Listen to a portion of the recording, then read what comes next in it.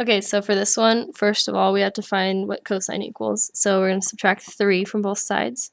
You'll have -4 cosine theta equals -2. Divide by -4 on both sides. So we'll get cosine theta equals 1/2. That means that cosine can't be negative, so that eliminates both of these quadrants. And the only place that it could be 1/2 here, because that means cosine is 1/2. And it could be 1/2 if I do that. So cosine's a half again. So this is pi over 3, and this is 5 pi over 3. And those are your two answers for A.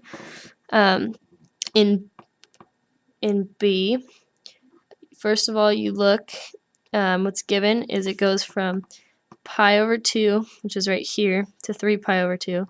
So that means both of these quadrants are gone.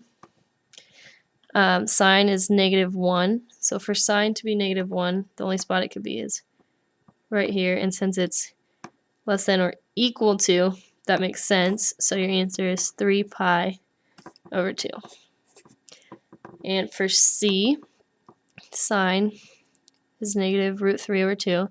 But what's given is it goes from 0 to 3 pi over 2. And 3 pi over 2 is right here. So that means from 0 to 3 pi over 2, that cancels out this.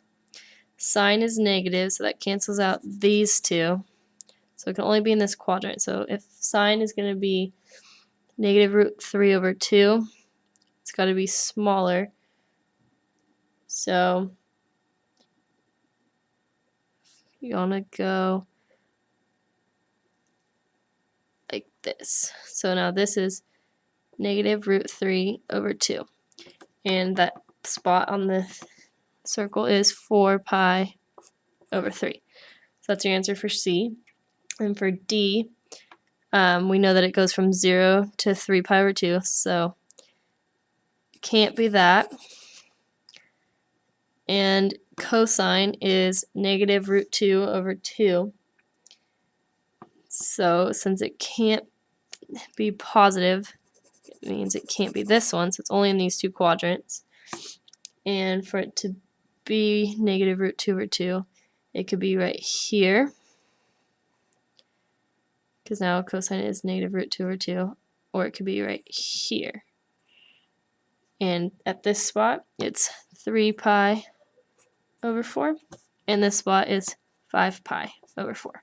Those are your two answers for D.